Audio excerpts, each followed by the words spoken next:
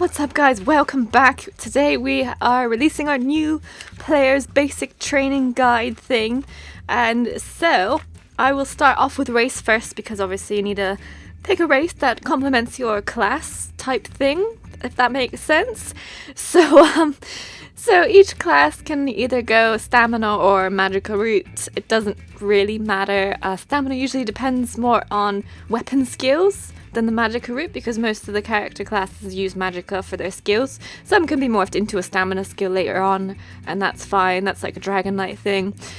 So just a quick overview. Let us start with the Altmer Dominion and High Elf. So those are usually good for like casters and healers, something like that. Wood Elf, pretty good stamina, especially with the bow. Anything to do with like stealthy type things. It can be Nightblade, Archer thing with that one. Khajiit, again, like a stealthy class. They've got medium armor, skill experience, and pickpocket, increased chance, more weapon damage. More damage in stealth and then weapon crit, things like that. So if you wanted to do a Nightblade or Archer even, that would be fine with like a stamina build. That would complement it the best. Or even a magicka build if you wanted to. And then the Daggerfall Covenant, you got Breton, which is another caster healer class. They're really decent at that. And Orc is usually like a tanky class. Redguard is another tanking class, and also two hands DPS, like a stamina DPS build. They're very common. Again, this one's got a reduced sprint cost and faster sprint, so that's pretty awesome if you want to do like a two-hander type character. And then we've got the Ebenheart Pact here on the far right, the red guys. And Argonian can be like a healer or a magicka DPS class, or even a tank. They're good for that too, because they get increased healing and all sorts of cool stuff like extra HP. But healer, pretty decent. Dunmer, or Dark Elf, is mostly magicka DPS. They got a lot of flame stuff going on for them, so if you wanted to do like a Dragon Knight burning build, then you'd probably pick a Dark Elf for that. They're really good. And then the last one we've got is a Nord, which is usually like a tanking class or stamina DPS class. The thing to keep in mind though, even if you pick the wrong one, it doesn't really make that much of a difference. You'll just have more stamina as a magicka class, or the other way around, or health when you don't need it. It's not going to be like a huge hindrance to you, but it would be better if you picked that. Alright, when you first enter Elder Scrolls, you probably will start out in the Wailing Prison, because you have to do it first time around. You can't skip it.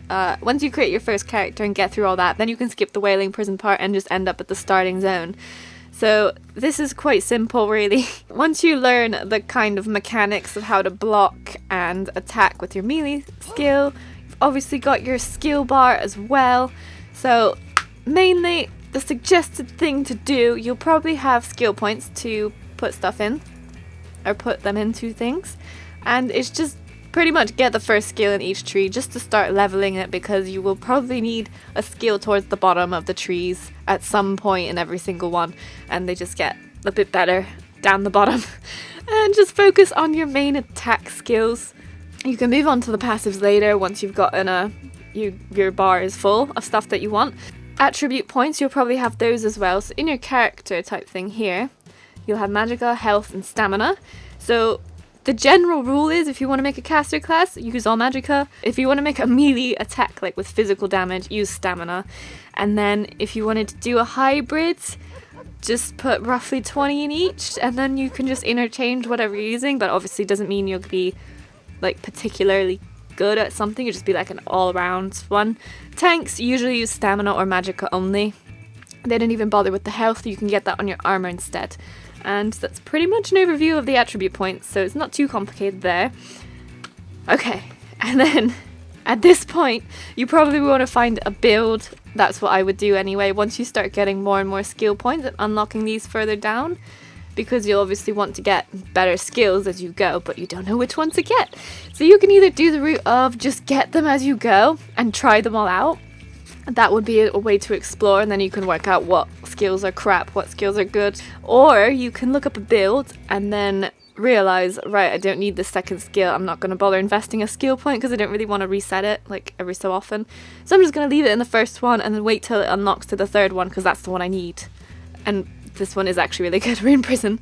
So this is a sorcerer. As an example, it's nothing specific here.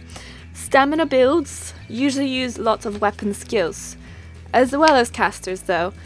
So in the weapon, you've got all these skills that you can use, and I'll just go through them quickly. So if you want to make a normal sorcerer, like plain mage, that's what you want to do, probably get Destruction Staff, and at level 15 you'll unlock weapon swapping, so you'll get a second bar for your other weapon, and you can set whatever hotkey you want to be able to swap bars quickly so you can use the other skills on that bar. With that, for a sorcerer, pure DPS build, a lot of people suggest just 2 Destruction Staffs, and that's mostly for like PvE stuff because you get a pretty powerful shield as a sorcerer. If you're having trouble to stay alive, you might want to use a Restoration Staff as a second. So every class can use weapon skills, but you obviously have to level the weapon to use them.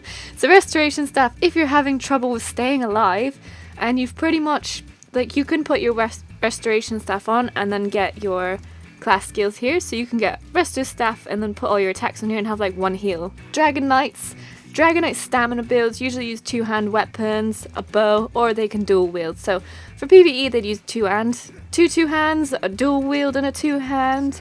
For PvP you probably use a bow and a 2-hand for execute. That's usually what the 2-hand is used for, and they also have a heal way down the bottom here. So as a stamina build you can have a stamina heal in the 2-hand sword, that's why it's so recommended. And obviously ranged attacks are really good, so that's why the bow is recommended, especially in PvP. So you can really customize your class however you want. Dragon Knight Sorcerer, or a Dragon Knight melee attackist thing, or a Nightblade healer if you want to. So it doesn't really matter. And that's kind of what makes it confusing, because there's no clear like path to follow. There's so many different builds and so many combos that you can use that there's obviously the general ones that are mainly recommended, but there's a lot of choice here, so it makes all the builds complicated. Nightblade, you can go either magicka or stamina. Magicka, you can probably use more stealth, like longer stealth duration, but you might want to also use magical attacks at that point with a Destruction Staff. If you go physical attacks with a magic build, it's not going to work very well, even though you can stealth for longer. Templar is a very good all-round class. You can go stamina or magicka, it doesn't really matter. If you go magicka, you can easily heal yourself and your group, and you can also tank as a magicka. Yeah, Templar is really good all around, so you won't have trouble with them at all if you pick that as a first character. Mage is pretty decent as well because you've got tanking pets, so you don't have to take any damage. I'd say the most tricky ones are like Stamina Dragon Knights because they don't have many self-heals at the beginning, so it's very hard to level them without dying, pretty much. Gear is a quick thing here, let's go. So you'll probably look like this with your gear. Probably have some crap white stuff like I do, with no armor whatsoever. I got 1 piece there. Alright, so gear, usually magicka, you want to get as many cloth stats as possible. Your armor skill tree, you will have passive abilities for your cloth. Depending on how many cloth pieces you're wearing, it'll increase the strength of these passives. So only when you get to here do you need 5 pieces. So you could use like 2 or 3 or whatever you want to do, but ideally you get as much as possible because they would help you boost your magical attacks. Yeah, so at the beginning, try to get a mixture of armor so you can start leveling all of them. Plus, it's actually really good. The medium armor skill tree at the bottom here increases your movement speed bonus of sprint by 2%. So that's for every piece of armor equipped. Even if you got a shoulder piece, medium armor, then you get 2% increased sprint speed and reduce the cost of roll dodge, so that's always good. Heavy armor, again, you've got resistances, health recovery, stuff like that. So all the armor passes are really good. You usually get like 5 pieces of your main one. So if you're stamina, probably use leather for DPS class anyway. If you're magicka, you probably use all cloth, and then you can use like a shoulder and a helmet of a different piece. So usually they have a heavy helmet and a leather shoulder, but they all vary, to be honest. So try and have all 3 different types on at once so you can level all of them at the same time while you're playing. The other reason to get all 3 different types of armor leveled as well is there is an Undaunted skill tree, which you don't actually have when you start off with, but there's a thing called Undaunted Medal, which gives extra like health, stamina and magicka stats. So random fact, in the middle of our little thing here, you can play first or third person, either way, doesn't matter, you can do both. Another random fact is the sky shards. in the game. So this is an add-on that I have here. It just shows sky shard locations, and these sky shards, every 3 gives you a skill point. So it's really useful to just start collecting them as you explore the area, or you can get the add-on and like specifically track them down so you can get extra skill points. It's just another way. So what I mentioned about the Undaunted thing, so there are extra skill trees you can unlock, and there is exactly, well, there's quite a few, but the main ones, after reaching the main town, you can actually teleport from the main town by using this dock thing here.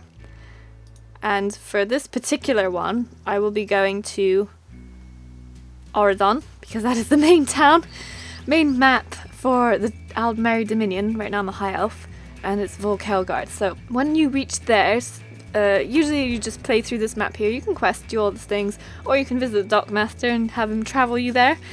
Once you get there, there should be a few quests that you should pick out. There's these things called the Mages Guild and the Fighters Guild. And what will happen is you'll probably look up a build and just be like, where on earth is this skill? I don't know where it is. It doesn't exist in my bar anywhere. It doesn't exist in any of my skill trees. So the Mages Guild is usually for magicka classes, and it gives some powerful attacks plus powerful ultimate ability, all that sort of cool stuff. And to level it, you can collect books, or you can do the main story quest of the Mages Guild, either way. Then there's the Fighters Guild, which is mainly for stamina classes. You'll probably find like Caltrops, I think it's called.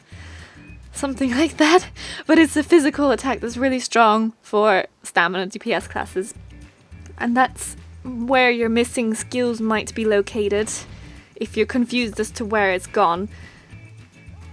Then obviously there's the Undaunted thing I mentioned, so that's another guild that you can unlock, and to get that there is a quest for it.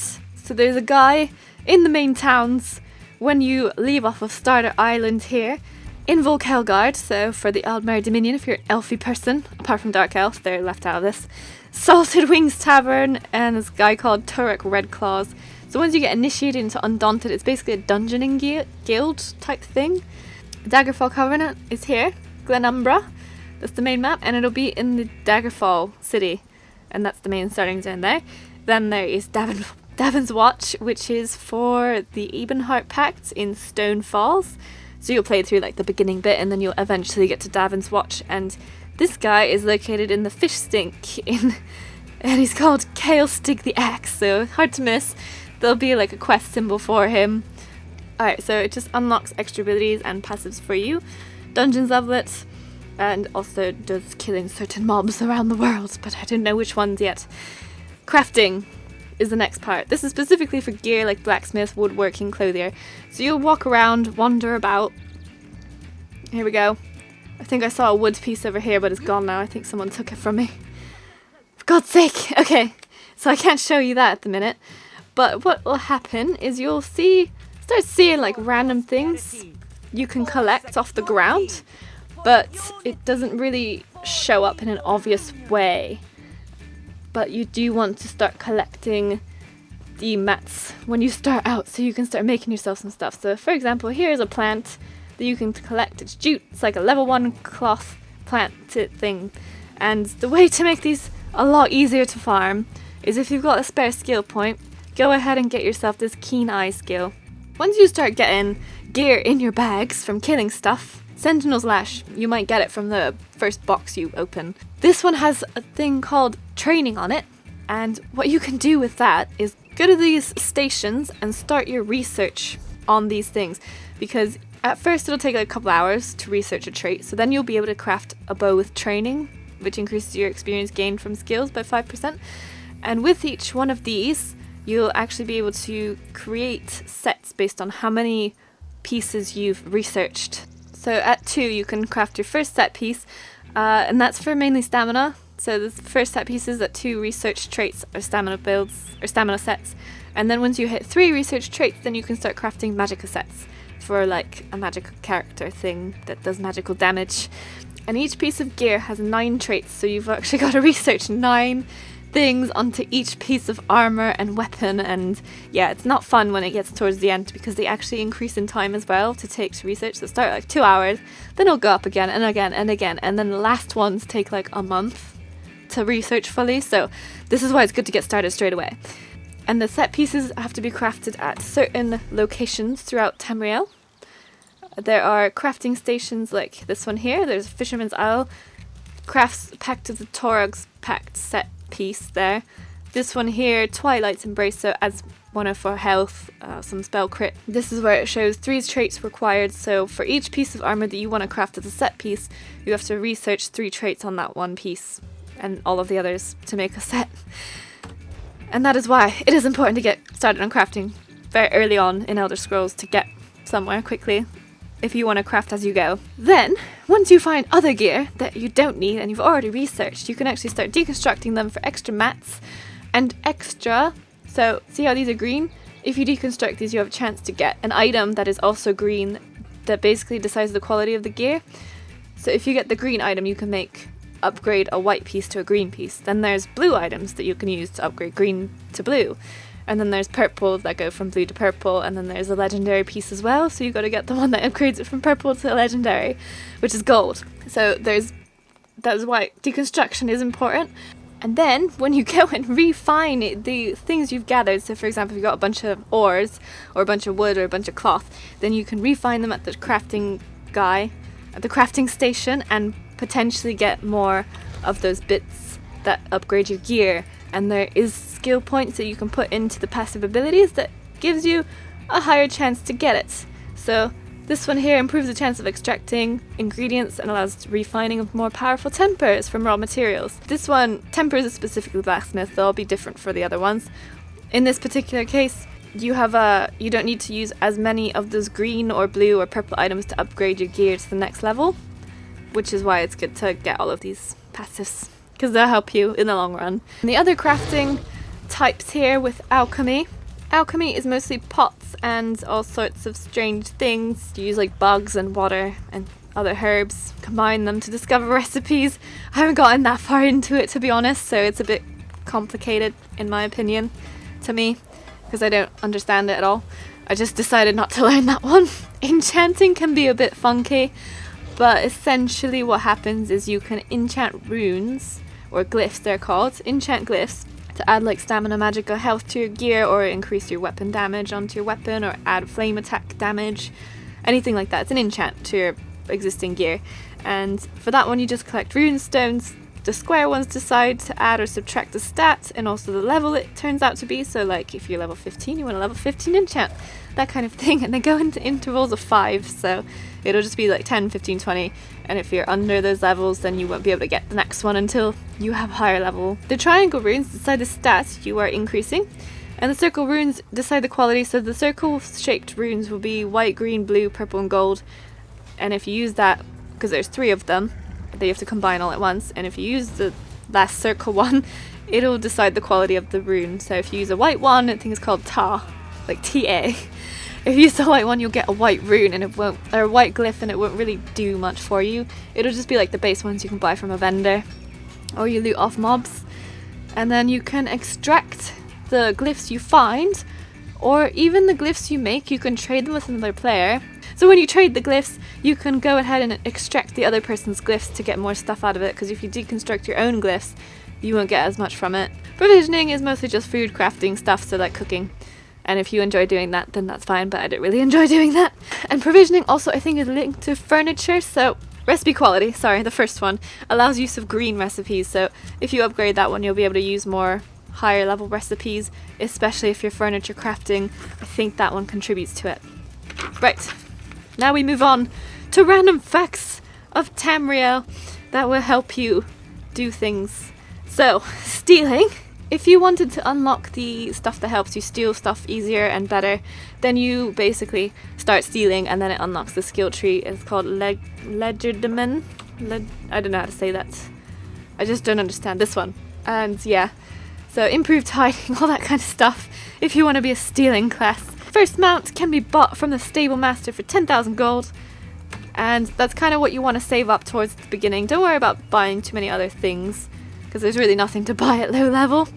I'll just show you. Here you go. It looks like this. It's a big horse face. I think you can figure it out.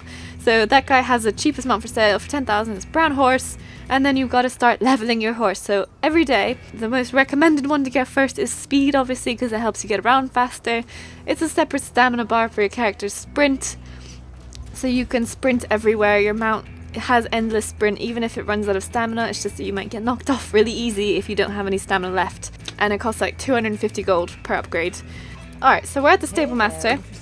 Here we go. As soon as you hit 20 in either of these things, so speed, stamina, carry capacity, your mount gets a new appearance look to it. Let me pick a horse. So you'll get this brown horse. Whoops. You'll get this brown horse here, and here we go. He's got all the armor on, so he's got headpiece for the stamina part, the chains, the straps for the speed, and then the bags for the carrying capacity, all represented totally, and it looks cool like that. So definitely start upgrading your mount. And if you're wondering where to buy it, there's these 2 tabs here. Most vendors will have a couple different tabs, so just flick through them and see what they've got. Buy here, so you can get this horse, Randy, for 10,000 golds. There's just no need to get this one, unless you really like it, but it looks a bit saggy because of the colour, so all the shadows show up on it really not nicely, like not very flattering to it. So yeah, that's the one, the extra one that's not shown here. So there you go, snapshot of all the horses. And then you can actually increase your bag space at a pack merchant. So in this particular case, there's one here. He's called Quaranon. Anyway, what a weird name. And you can pay this guy not that much at the beginning, so you can upgrade it a few times, but after a while it starts getting quite expensive. But you can do it a couple times, get like 20 extra slots. It's not too bad. Use way shrines to get around. So these things here cost a bit of gold if you teleport from your exact location straight away. So if I'm here and I want to teleport like here, it'll cost me gold. If I go to this way shrine and then teleport to another one, it's totally free.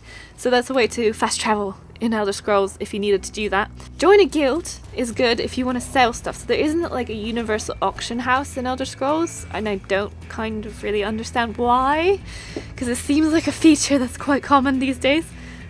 And the way you can trade in Elder Scrolls with other players is to join a guild that has a merchant.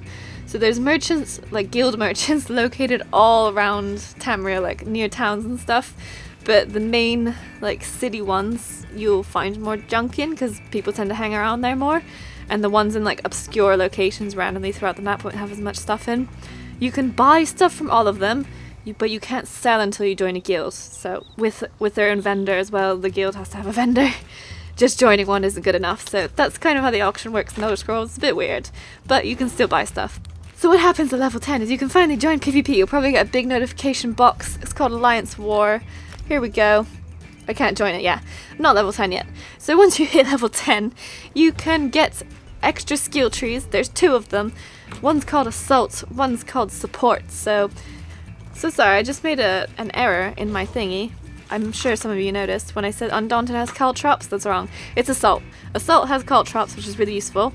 It also has Rapid Maneuver, which increases your mount speeding, and stamina builds. Usually use the Assault skill tree. There's a really good heal in, and it's wonderful and amazing, and you should definitely get it if you're doing a stamina build and you need more healing abilities that are also stamina based. So that's something you should look at.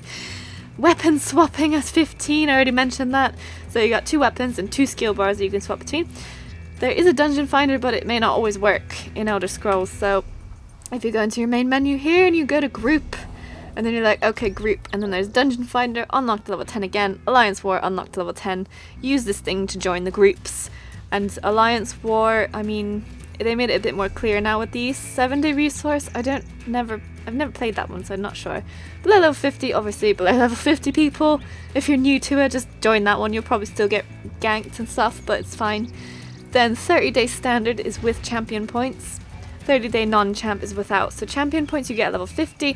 So obviously this one here, if you've just reached 50, will be very underrated compared to them. So if you just hit 50, you might want to try out the 30 non-champ one. Alright, and the other thing is, dolmens are great for farming loot and experience. So a lot of people go into this map in particular. This is over here, Auradon, and they literally explore. So they get this way shrine here and this way shrine up here, and then they just run between these 2 dolmens here and just kill them. So you can go back and forth between them because they spawn about the same time, and there will be like groups farming them. But anyway, it's a really good way to get experience and also some gear, and there's always people doing them, so you won't feel like you're struggling to do them, if you know what I mean. So if you wanted to grind a bit, that's a way to do it. Otherwise, normal mobs work just fine. There's all sorts of grinding locations you can go to. You can open chests for good loot, so the ones that require lockpicks, but you can also find the lockpicks in like little pots and things and boxes and whatnot.